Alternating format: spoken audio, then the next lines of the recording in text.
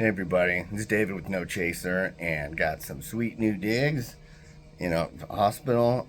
That's a story for another later date. But speaking of hospitals or you know pain, things like that, it kind of made me think about this topic where it was this mantra that kind of played in my head where it was the idea of what if pain is not enough. And what I mean by that is, what if the pain is not enough to get you to stop? Because I've talked with plenty of other people, alcoholics and addicts out there, and they had some horrific rock bottom, or it was an accumulation of just a bunch of rock bottoms over and over again, or maybe not one particular thing, but just a sort of a bender that was particularly brutal.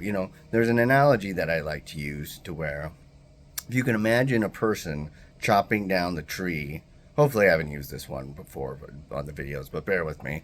If you can imagine a person chopping down a big tree with the axe, and it's taken him days, maybe even weeks. It's a big ash tree, and he has to chop it from different angles just to make sure the axe doesn't get stuck in it or it doesn't fall on him or whatever. But then finally he hits that last chop and it's timber and it all comes crawling down. And I think a lot of times psychologically we think that that last chop on the tree, that's what did it. That's what did it in. That was the final mistake or the final flaw or the final thing that made the whole tree come down. And we forget about all the other chops to the tree. We forget about all the hours spent chopping at that tree because we remember that one singular one that knocked it down.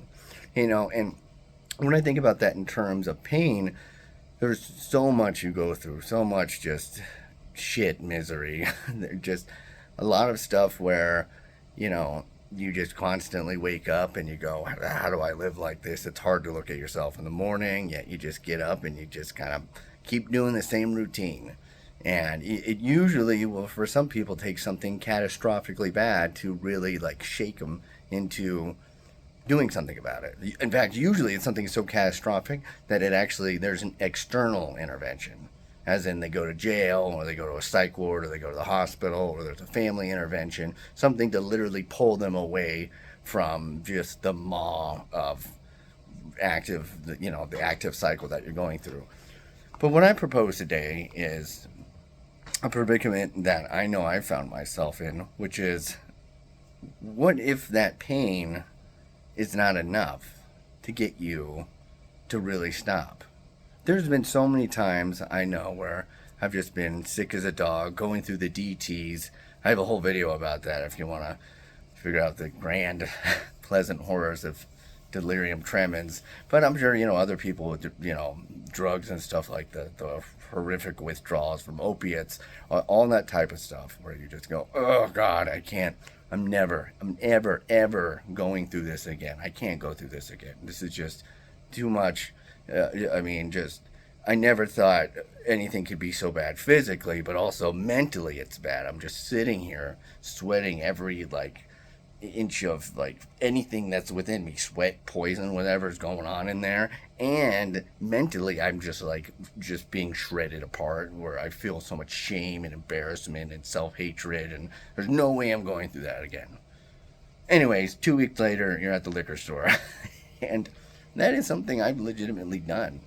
And I think to myself is that, man, time heals all, and sometimes when it comes to addiction, time is really good at healing stuff. You just forget the pain so quickly, or you'll come up with some sort of delusions like, I'll do it differently, I won't hit it as hard.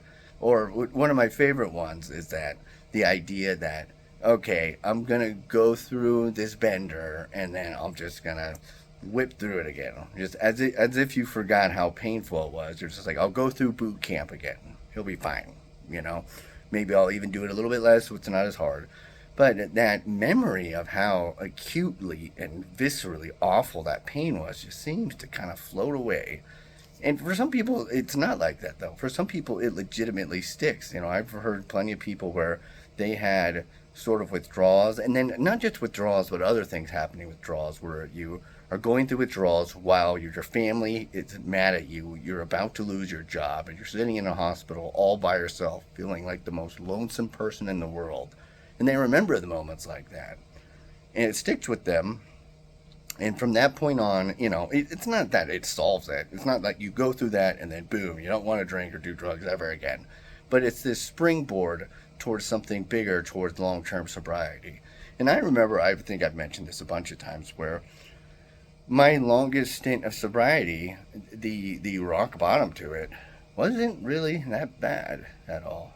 It really wasn't even much. I remember I drank and I had to take a couple days off work, just, kind of couched it, went through withdrawals, which I don't recommend, but I did.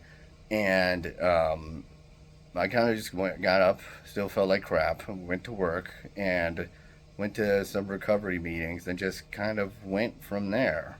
Nothing really, I mean, in the grand scheme of things, it wasn't that bad at all. Like, I've been in a psych ward having to go through alcohol and methadone withdrawals at the same time. I've gone through alcohol withdrawals in jail in a city I wasn't even aware of. Just the humiliation, just the times you've like embarrassed yourself, the very serious stuff, the near-death experiences. I ran the whole gamut of all of it. And yet that one time where really not much happened, I was able to stay sober longer than. And, I think about that so much because now, I've been in this place where I'm just, I am getting pounded. I'm just really going through crisis after a crisis, and things are just getting more difficult. And it's just like, man, why isn't the pain enough? Why is it not just knocking my head right and being like, dude, you just got to stay on the course. Like, this is, I'm not even talking about like forgetting pain that happened months or years ago. I'm talking about forgetting pain or how bad it affected you days, weeks ago. And, like I said, it's crazy the horsepower of time in a sense of how it makes you forget about memories when you want to drink and use again. And I just, I think to myself, so what can you do? If it's got to be like, you can have as much stick in the world when you need more carrot. What can you do? Because a lot of problems that you run into is that when you're at this sort of rock bottom-ish place, or you're trying to start over, there isn't a lot of good stuff going on in your life at the moment. I mean, you could always be grateful for having a life. You could be grateful for being sober that day, and you could be grateful for nature and all that type of stuff. But in all reality, usually when you're at a rock bottom place, it's not because you're killing it, man. It's because you're in trouble with work, you're in trouble with your significant other, or with your kids, or with your friends, with everybody in your life. You're in financial trouble, you're in legal trouble, all this other stuff going on. And it's just like, man, I'm supposed to find the carrot out of all these sticks over here? And so one would hope that, okay, with all this punishment, all this pain that's surrounding me, I can use this as a sort of negative reinforcement to get me through. But what happens if it just feels like that negative reinforcement isn't going to do it? It's going to have to be positive reinforcement. Where do you find that? Where can you find that? A lot of people find it in recovery and in getting together in a sort of community of other people that are suffering from the same sort of thing. And, you can find it through very simple things, just starting to eat and sleep well and just to be happy. Just like, I remember there's so many people talk about the joy of having a warm shower. They're so used to jail showers or other type of stuff. Just the enjoyment of having a warm shower and really having to go to the bare minimum, just really start enjoying things and letting those things build on top of each other, and then starting to have the big goals and having the big carrots and then the big positive sort of reinforcements. I don't know, man, I'm still working on that myself, but that's my 2 cents. I hope you all are doing well. I'll be doing all right. I'll keep posting here, but other than that, be well.